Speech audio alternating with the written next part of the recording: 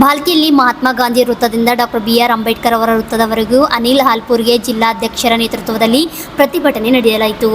ಈ ಘಟನೆಗೆ ಯಾರೇ ಆಗಲಿ ಆರೋಪಿ ಅವನಿಗೆ ಕಠಿಣ ಶಿಕ್ಷೆಗೆ ಗುರಿಪಡಿಸಬೇಕು ಅಥವಾ ಗಲ್ಲು ಶಿಕ್ಷೆಗೆ ಗುರಿಪಡಿಸಬೇಕೆಂದು ಸರ್ಕಾರದ ಮನವಿ ಜೊತೆಗೆ ಯುವತಿಯ ಕುಟುಂಬ, ಕಡು ಕುಟುಂಬ ಹಾಗೂ ಕೂಲಿ ಕಾರ್ಮಿಕರ ಆ ಕುಟುಂಬಕ್ಕೆ ಸರ್ಕಾರದಿಂದ ಸಾಂತ್ವನ ಹೇಳಿದ್ದರೂ ಸಾಲದು, ಆರ್ಥಿಕವಾಗಿಯೂ ನೆರವು ನೀಡಬೇಕು. ನಮ್ಮ ಈ ಪ್ರತಿಭಟನೆಯಿಂದ ಸರ್ಕಾರ ಮತ್ತು ಅಧಿಕಾರಿಗಳು ಸ್ಪಂದಿಸದೇ ಇದ್ದಲ್ಲಿ ನಮ್ಮ ಹೋರಾಟ ನಿರಂತರವಾಗಿರುತ್ತದೆ.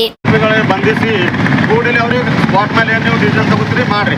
ಯಾಕಂದ್ರೆ ಇಂಥ ಘಟನೆಗಳು ಪದೇ ಆಗ್ಬಾರ್ದು. ಯಾಕೆ ಆಗ್ಬಾರ್ದು ಅಂತಂದ್ರೆ ಇವತ್ತು ಆರೋಪಿಗಳು ಜೈಲಿಗೆ ನಡೆದಾರ, 6 ತಿಂಗಳು ನಡೆದಾರ, ಬೇಲ್ ಮಾಡ್ಕೊಳತ್ತಾರ, ಹೊರಗೆ ಹೊಂಟಾರ. ಆರೋಪಿಗಳಿಗೆ ಅಂಜಿಕೆನೇ ಇಲ್ಲ.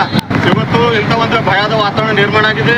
ನಾವೊಂದು ಮನವಿ ಮಾಡಿಕೊಡ್ತೇನೆ, ಕಾನೂನು ಸಚಿವರಾಗಲಿ, ಗೃಹ ಸಚಿವರಾಗಲಿ, ಮಾನ್ಯ SP ಸಾಹೇಬರಾಗಲಿ, ಕೂಡಲೇ ಜಿಲ್ಲಾಧಿಕಾರಿ ಆಗಲಿ ಮತ್ತು ನಮ್ಮ ಉಸ್ತುವಾರಿ ಸಚಿವರಾಗಲಿ ಯಾರು ಆರೋಪಿ ಇದ್ದಾರೆ ತಕ್ಷಣವೇ ಅವರಿಗೆ ಒಂದು ಬಂಧಿಸಿ ಅವರಿಗೆ ಒಂದು ಶಿಕ್ಷೆ, ಇಂಥ ಶಿಕ್ಷೆ ಕೊಡಬೇಕು. ಕಠಿಣ ಅಂದ್ರೆ ಕಠಿಣ ಶಿಕ್ಷೆ ಸಿಗಲೇ ಅಂದ್ರೆ ಕಟ್ಟರ ಮಾಡ್ರಿ. ಇಲ್ಲಾಂದ್ರೆ ಒಂದು ಎಲ್ಲರ ಮುಂದೆ ಪಬ್ಲಿಕ್ ಮುಂದೆ ಅವ್ರಿಗೆ ಫಾಸಿ ಸದರ ಕೊಡ್ರಿ. ಯಾಕಂದ್ರೆ ಇನ್ನೊಬ್ಬರು ಮಾಡ್ಬೇಕಂತೇಳಿ 10 ಪೈಕಿ ಯೋಚನೆ ಮಾಡಿ ಅಂತ ಒಂದು ಕೆಟ್ಟ ಕಾರ್ಯ ಮಾಡ್ಬೇಕಂತೇಳಿ 10 ಪೈಕಿ ವಿಚಾರ ಮಾಡ್ಬೇಕು. ಇವತ್ತು ಅಂಥದ್ದು ಒಂದು ಭಯದ ವಾತಾವರಣ ಆಗ್ಯದ. ಇವತ್ತು ನಾವೆಲ್ಲರೂ ಸ್ವರ್ಗೀಯ ಸಹೋದರಿ ಭಾಗ್ಯಶ್ರೀ ಅವರಿಗೆ ಮತ್ತೊಮ್ಮೆ ಚಿರು ಶಾಂತಿ ಸಿಗಲಿ ಅಂತ ಹೇಳಿ ರಾಜ್ಯಗಳಲ್ಲಿ ಬೇರೆ ಬೇರೆ ದೇಶಗಳಲ್ಲಿ ಇಲ್ಲಿ ಯುವಕನ ಮಗಳು ಹೊಸ ಕಲ್ಯಾಣ ತಾಲೂಕಿನ ಹುಡುಗಿ 18ನೇ ವಯಸ್ಸು ಪಾಪ ಇವತ್ತು ಅತ್ಯಾಚಾರ ಮಾಡಿ ಮುಂದೆ ದಿವಸ ಏನು ಮಾಡ್ತಾರಂದ್ರೆ ಎಲ್ಲೋ ಒಂದು ಜಂಗಲ್, ಅದು ಇಂಜಿನಿಯರ್ ಕಾಲೇಜ್ ಬರುತ್ತೆ ಕುಂದ್ರ ಗ್ರಾಮದಲ್ಲಿ, ಗ್ರಾಮ ಹತ್ರ ಹೊಸ ಆ ಜಂಗಲಲ್ಲಿ ಬಿಟ್ಟಂದ್ರೆ ಇದು ಇಂಥ ನಮ್ಮ ಒಂದು ಭಯದ ವಾತಾವರಣ ಬಿಡುತ್ತಿದೆ. ಅದಕ್ಕೆ ಆರೋಪಿಗಳು ಏನಿರ್ತಾರಲ್ಲ ಅವರಿಗೆ ಕಠಿಣ ಶಿಕ್ಷೆ ಆಗಬೇಕು, ಗಲ್ಲಿಗೆ ಏರಿಸಬೇಕು. ಇಲ್ಲ ಅಂತಂದರೆ ಅವರಿಗೆ ಏನು ಮಾಡಬೇಕು ಮಾತಾಡ್ಬಾರ್ದು. ನಾನು ಇವತ್ತು ನಮ್ಮ ತಂಗಿಗೆ ಹಾಕಿ, ನಮ್ಮ ಮನೆ ಮಗಳಾಕಿ ಆಕೆ ಇವತ್ತು ಅತ್ಯಾಚಾರ ಮಾಡ್ರ ಅಂತಲ್ಲ, ಇದು ನಾವು ನಮ್ಮ ಬೀದರ್ ಜಿಲ್ಲೆಯಲ್ಲಿ ಇಲ್ಲ ತನಕ ಯಾವುದೂ ಆಗಿಲ್ಲ. ಬಟ್ ಆಗ್ತದ ಅಂದ್ರಲ್ಲ, ಇದು ವಿಚಾರ ಮಾಡೋ ಸಂಗತಿ ಬಂದದ.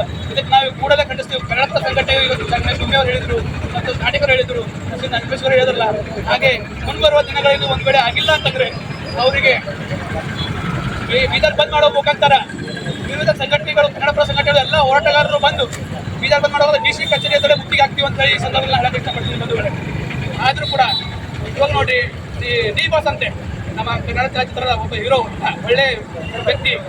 ಈಗ ಅವರು ಎಲ್ಲೋ ಜೈಲಲ್ಲಿ ಕೂತು ಸಿಗರೆಟ್, ಸೋಷಿಯಲ್ ಮೀಡಿಯಾ ಅಂದರೆ ತುಂಬ ದೊಡ್ಡ, ಎಲ್ಲ ಪ್ರತಿಯೊಬ್ಬ ದೊಡ್ಡವಾಗ ಮುದುಕರ ಬಗ್ಗೆ ಫೋನ್ ಆಗ್ಯಾದ ನೋಡ್ತಾ ಇರ್ತಾರೆ. ಈಗ ಘಟನೆ ಆಗ್ಯದ ಅಂತಂದ್ರಲ್ಲ ಅಂತ ಮಾಧ್ಯಮಗಳು ಹಾಗೂ ಆರೋಪಿಗಳಿಗೆ ಶಿಕ್ಷೆ ಆಗುವವರೆಗೂ ನಮ್ಮೆಲ್ಲ ಸಂಘಟನೆಗಳಿಗೆ ಹಂತ ಹಂತವಾಗಿ ಉಗ್ರ ಸ್ವರೂಪದ ಹೋರಾಟಕ್ಕೆ ಸಜ್ಜಾಗಬೇಕಾಗುತ್ತದೆ ಎಂದು ಎಚ್ಚರಿಕೆ ನೀಡಿದರು.